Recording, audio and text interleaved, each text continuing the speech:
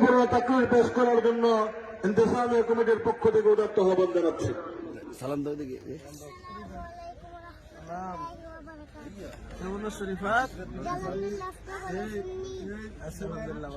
শরীফ তো ভালো। সবাই কেমন আছে? বাংলাদেশের জাতীয় মাছের নাম পরিবর্তন হয়েছে না? এটাই আছে।